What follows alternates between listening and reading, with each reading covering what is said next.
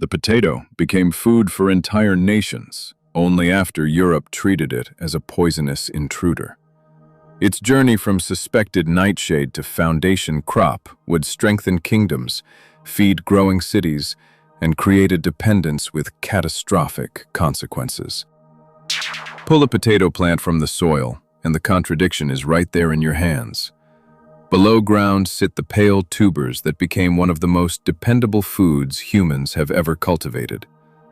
Above ground are leaves, sprouts, and sometimes small berries containing defensive compounds that can make people ill. Europeans encountered the plant without generations of practical knowledge, so their suspicion was not entirely irrational. Fear, though, was only the beginning. Governments would order farmers to plant potatoes. Scientists and campaigners would defend them. Families would build whole diets around them.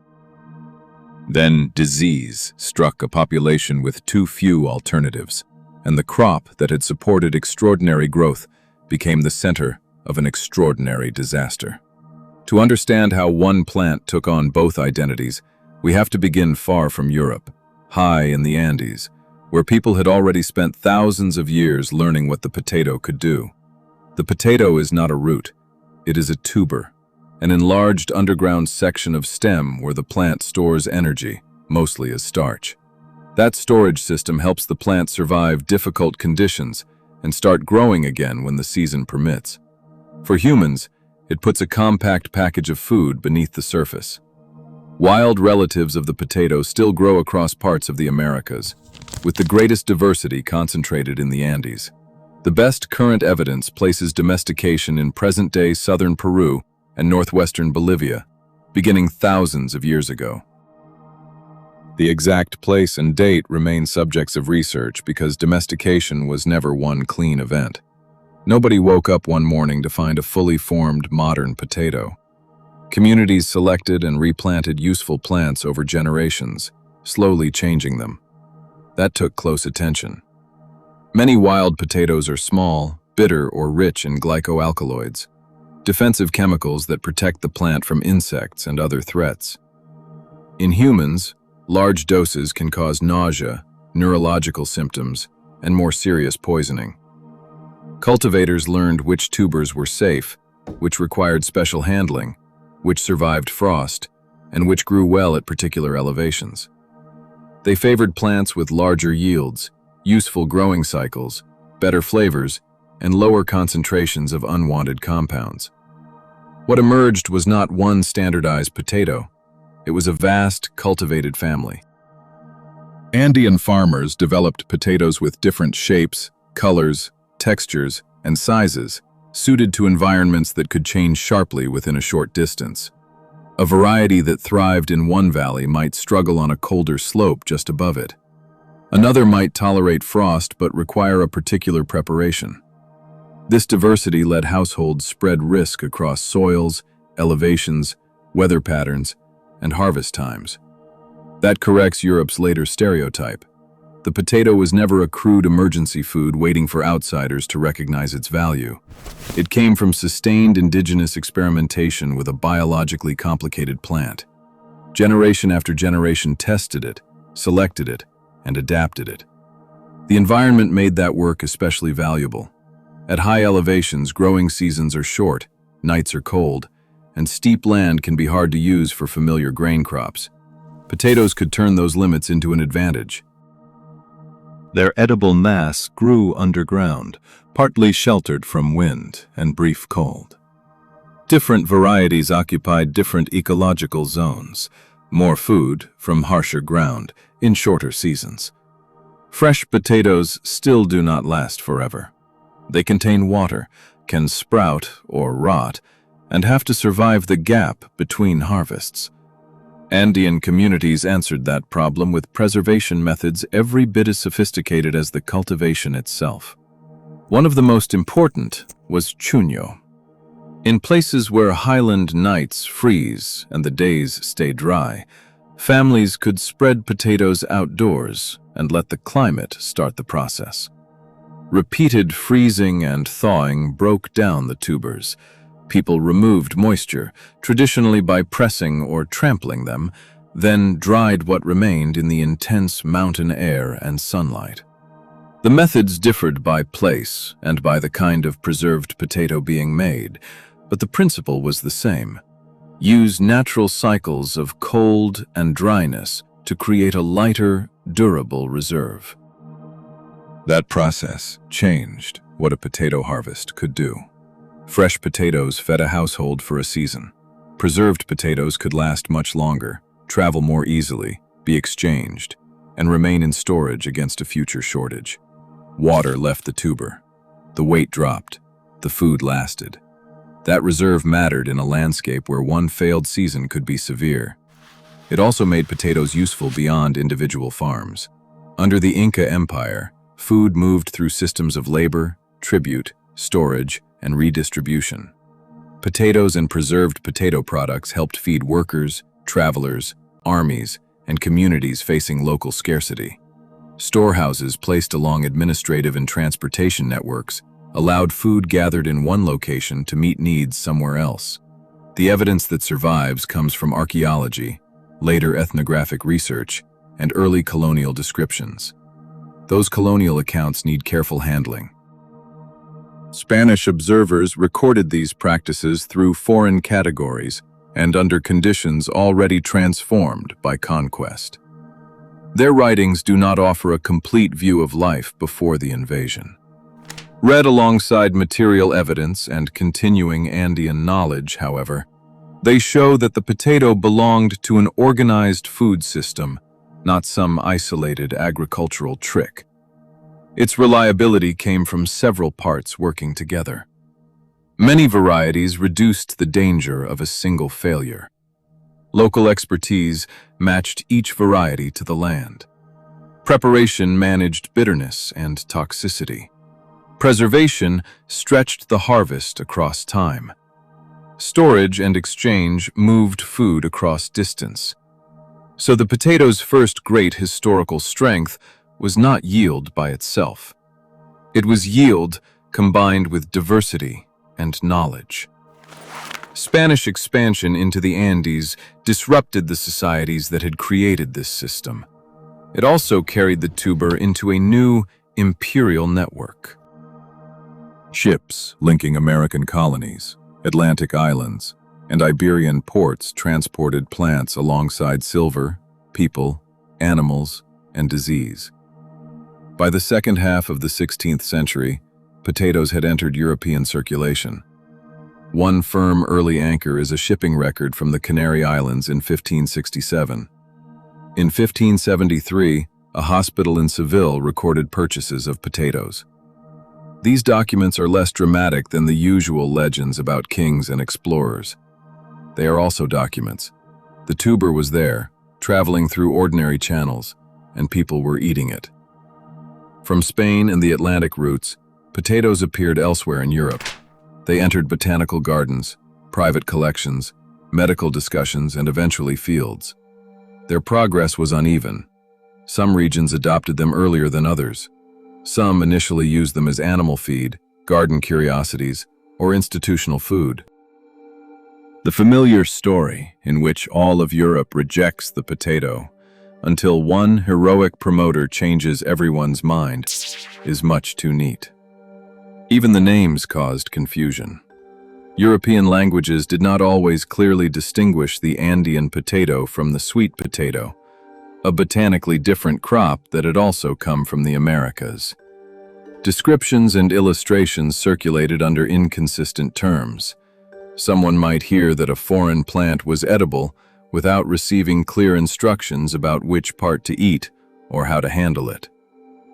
The plant itself offered a visible reason for doubt.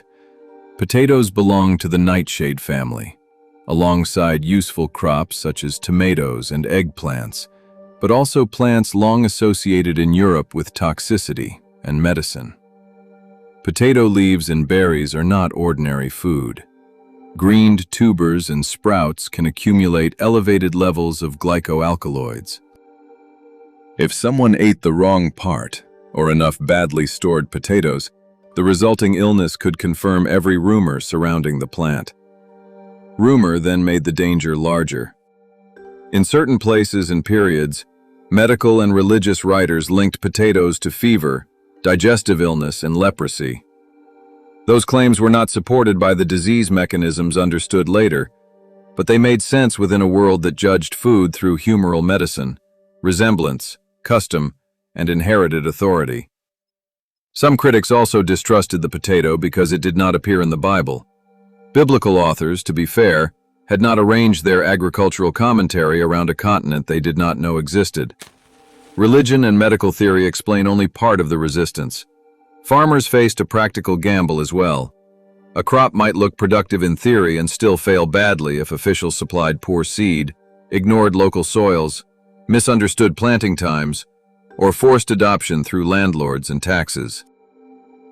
Grain already had known markets, established rents, familiar tools, and customary uses.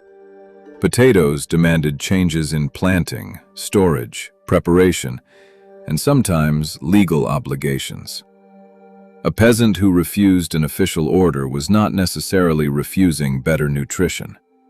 The refusal might show distrust of the official, the seed, the landowner, or the cost of an experiment whose failure the household would have to bear.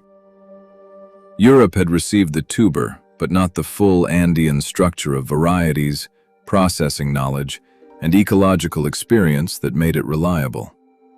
Suspicion had no single source. Parts of the plant carried a real botanical danger. Medical writers repeated false claims. Religious interpretation played a role, as did unfamiliarity. And some coercion arrived dressed as improvement. For a long time, these obstacles held cultivation back. Then warfare, population pressure, and repeated grain shortages gave European states a powerful reason to care about what farmers planted underground. Grain was politically essential and visibly vulnerable. Armies could burn fields, seize stored sacks, or stop flour shipments. A bad harvest drove prices up and pushed urban populations toward unrest. Governments did not have to admire the potato. They needed a food that grew in cool climates, produced heavily on limited ground, and remained harder to see beneath the soil. In Prussia, Frederick the Great promoted potato cultivation with official orders. A well-known decree from 1756 formed part of a wider campaign that instructed administrators to encourage, teach, and sometimes pressure communities to plant the crop. Officials met resistance because a royal command could impose an obligation. It could not produce trust or competence overnight. Later stories turned Frederick's campaign into a polished little drama. In the most famous version, he put guards around a royal potato field to make the crop appear valuable, then allowed peasants to steal it. It is a tidy story. Resistance turns into desire. Contemporary support for the most polished details is weak, so the episode is better treated as an embellished tale than a documented masterstroke. The surviving decrees are less theatrical, but more revealing. The Prussian state had begun to see potato cultivation as a question of food security and administrative power. France found a different sort of promoter, Antoine-Augustin Parmentier, trained as a pharmacist, and served with the French military during the 7 Years' War. Prussian forces captured him, and during his time as a prisoner, he was fed potatoes. Back in France, influential circles still regarded the crop with strong suspicion. Yet Parmentier had survived on the very food conventional opinion called unhealthy. This experience did not make him the sole inventor of French potato eating. Potatoes were already known and cultivated in parts of the country. It did give him a persuasive opening for a much larger campaign. He could link personal survival to chemical analysis, agricultural argument, and the urgent danger of famine. In 1771, an academy at Besançon offered a prize for research into foods that could replace wheat during shortages. Parmentier's submission championed the potato. He continued publishing, conducting trials, gathering influential support, and serving potato dishes to elites. Royal patronage made the crop fashionable and respectable in circles where something seen only as peasant food might have been ignored. Stories gathered around Parmentier as well.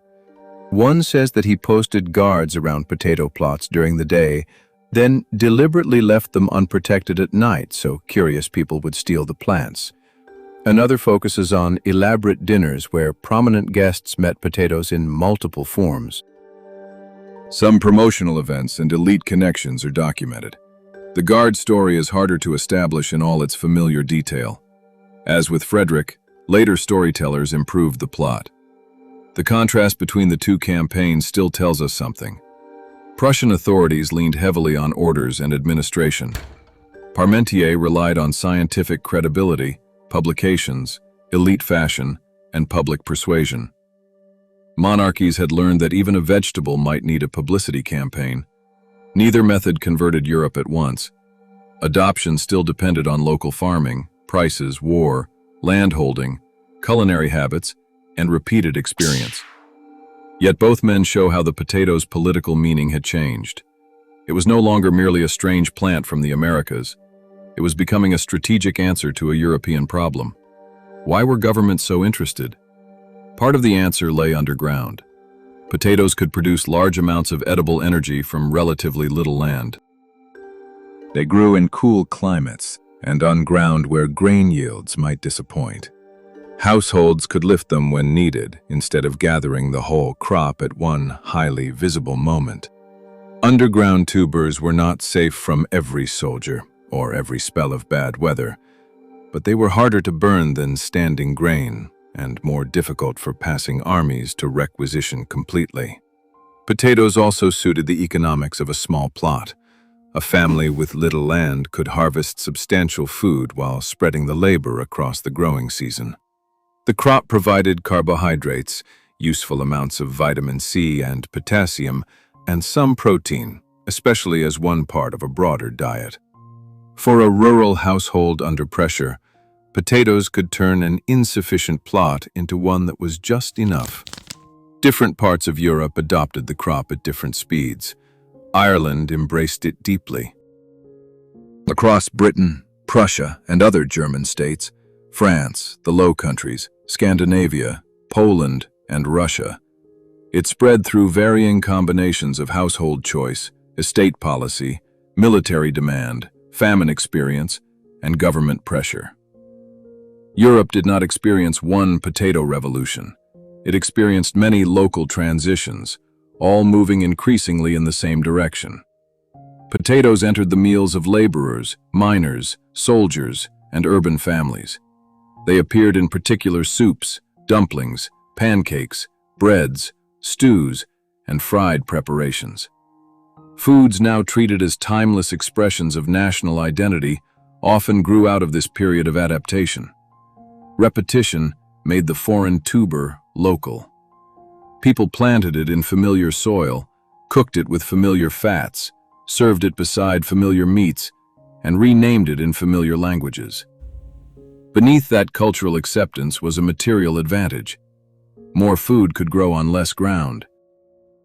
Economic historians Nathan Nunn and Nancy Chen tried to measure the size of that advantage in a major study published in 2011. Using regional differences in suitability for potato cultivation, they estimated that the crop's introduction accounted for roughly 1/4 of the growth in Old World population and urbanization between 1700 and 1900.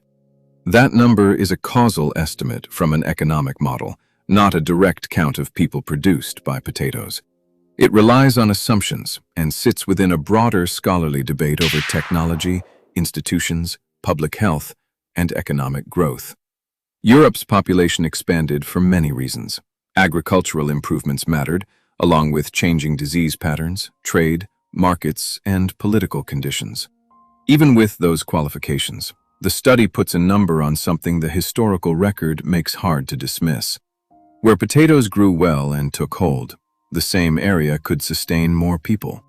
Households survived on smaller holdings. Agricultural labor supported denser settlements.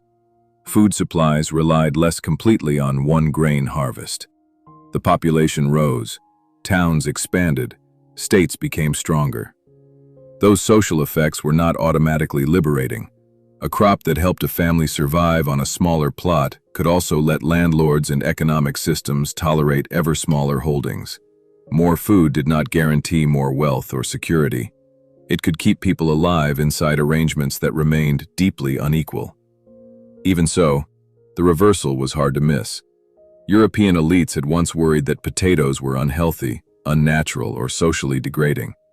Their governments eventually counted potato acreage, distributed planting instructions, and treated the harvest as strategic infrastructure. The suspected poison had entered the machinery of national power. Success also changed the risk. When potatoes were one crop among several, a failed harvest caused pain. When they supplied most of a poor household's daily food, failure threatened survival. The productivity that made potatoes so attractive encouraged families and institutions to build around them. More families could live on less land. Those families then needed the next potato harvest to succeed. Nowhere did that dependence carry greater consequences than in Ireland. By the early 19th century, Ireland's population had grown rapidly. The census of 1841 recorded more than 8 million people. Many rural families were tenants or laborers with access to tiny plots. Potatoes allowed those plots to support households that could not have drawn comparable nourishment from grain alone. Dependence was especially heavy among the poor. Where available, potatoes could be eaten with milk or other foods, producing a repetitive but nutritionally substantial diet. Adults doing hard physical labor consumed quantities that look enormous by the standards of a modern side dish. The potato did not simply appear on the plate. For many people, it was the plate's foundation. This system depended heavily on a narrow range of potatoes, including the high-yielding variety commonly known as the lumper. Potatoes are often propagated vegetatively. A piece of tuber grows into a plant genetically identical, or nearly identical apart from mutation, to the plant before it. That makes useful traits easy to preserve. It also allows one successful variety to cover a vast area with very little genetic variation.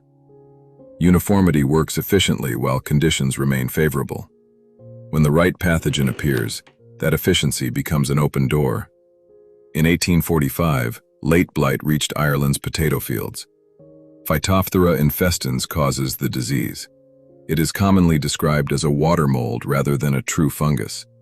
In cool, wet weather, it can move quickly through foliage. Dark lesions spread across leaves. Stems collapse. Spores travel through damp air and water. The infection reaches the tubers, which may rot underground or decay after being stored. That final feature made the disease particularly cruel. A field might appear to contain something worth lifting, only for the stored potatoes to collapse afterward. Food that looked secure disappeared.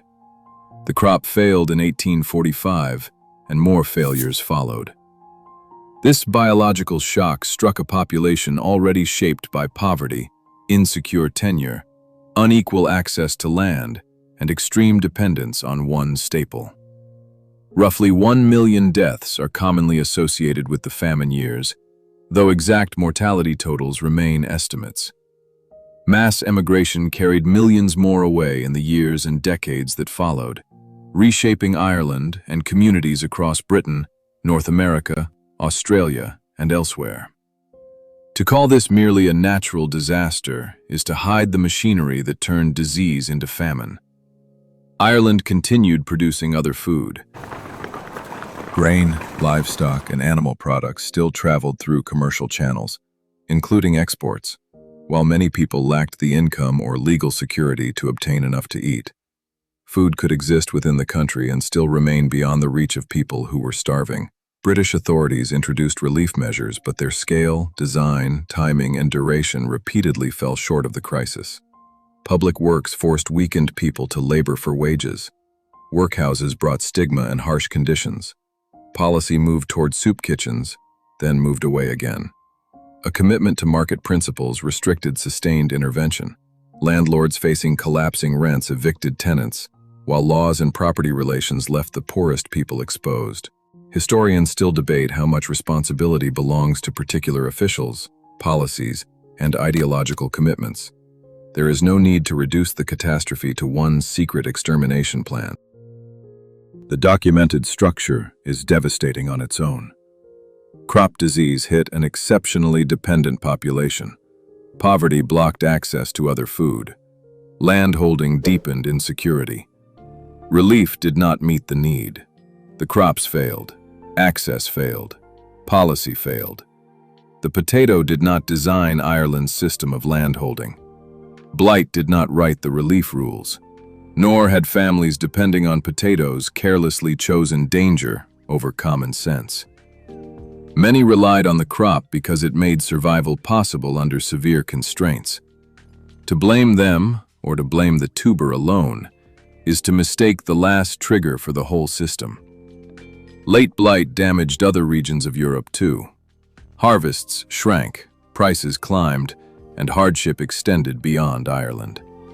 The results differed because reliance, land ownership, alternative foods, purchasing power, and relief capacity differed. The pathogen was the same. The society it encountered was not. And that resolves the potato's central paradox. Its biological value was real. Potatoes could feed more people from limited land, tolerate conditions that troubled grain, and offer a flexible harvest. Those qualities supported population growth and helped families survive earlier shortages. The famine does not make any of that untrue. A productive crop, however, is not the same as a resilient food system. The test of resilience comes when that productive crop fails. The Andean system grew around variation. Farmers maintained many potatoes for different elevations, soils, and uses. Diversity did not eliminate disease or promise protection from every disaster, but it spread biological and environmental risk. Preservation and exchange added more layers of security. Ireland's poorest households lived within almost the reverse arrangement. They relied heavily on potatoes because their land and incomes left few alternatives. Much of the crop was genetically similar. A highly destructive pathogen arrived, and the political economy around those households failed to provide an adequate replacement when the harvest disappeared. Varietal diversity by itself would not have prevented every death. More resistant potatoes might still have been overwhelmed, and access to food would still have depended on income, land, distribution, and relief. The broader lesson holds. Biological uniformity deepened the vulnerability, while poverty and governance turned that vulnerability into mass mortality. After the famine, breeders pursued resistance with greater urgency.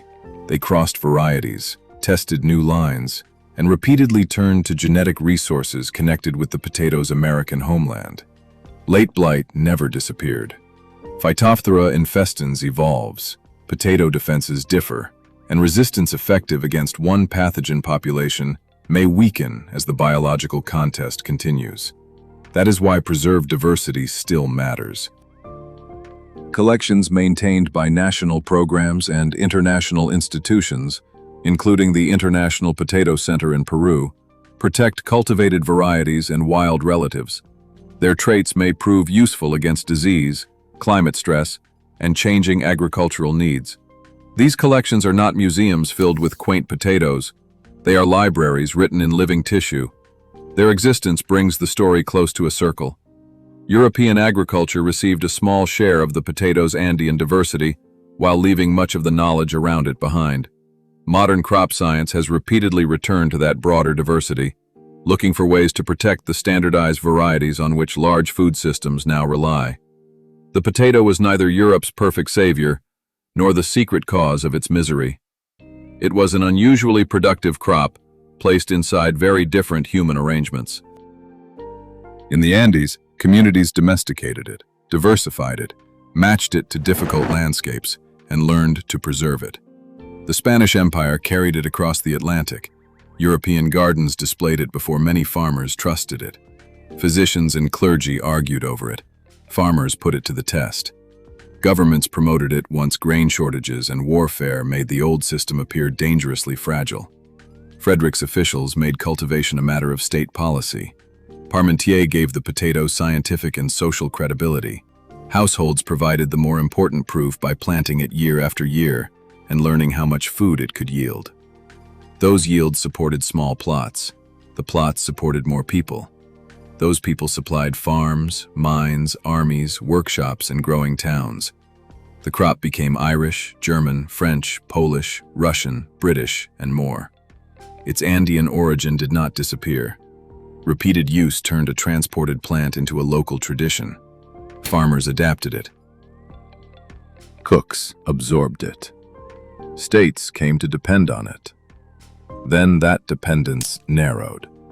In Ireland, blight destroyed the staple food of people whose access to land and alternative food was already precarious. Disease attacked the plant. Poverty and policy decided how far the damage would travel through human lives. That is how a feared crop became the food of nations. Its underground biology answered the problems of land, labor, and subsistence in growing societies. Its productivity helped larger populations become possible. Its flexibility turned foreignness into familiarity. It is also how strength became risk. Because one crop worked exceptionally well, households and institutions built themselves around its continued success. When too many people relied on too few varieties inside an unequal system, a plant disease became much more than a plant disease. Go back to the potato plant pulled from the ground. The tubers in your hand look plain, solid, dusty, almost aggressively ordinary. Above them, the leaves, berries, and green growth hold the botanical clues that once frightened European observers. They noticed the danger and missed the accumulated knowledge that made the tuber useful. Later generations made the opposite mistake. They saw reliable abundance and forgot how much that reliability depended on diversity, access, and alternatives. One ordinary potato contains the outline of the whole transformation. Andean cultivators turned a difficult plant into many crops. Preservation turned harvests into reserves. Empire carried the tuber across an ocean. Governments pushed it into reluctant fields. Farmers made it practical. Families made it familiar. National cuisines made it seem ancient. Population growth made it essential. Blight exposed what essential could mean. The potato became powerful because Europe learned to fit its unusual productivity to human needs, not because it had discovered a flawless food. No food is flawless. No crop, by itself, can make the society around it fair or resilient. The potato became dangerous where those needs narrowed around it, without enough biological variety, economic security, or room for failure. The next time you lift a potato from a sack, peel one over the sink, or break one open on a plate, it may still look like the simplest food imaginable. Its history is anything but simple. It carries indigenous knowledge into empire. It turns foreignness into national identity and abundance into population. And it shows how choices, often visible only after a harvest fails, separate resilience from dependence. If this history changed the way you see the potato, subscribe to The Hidden Course and share which part of its transformation surprised you most.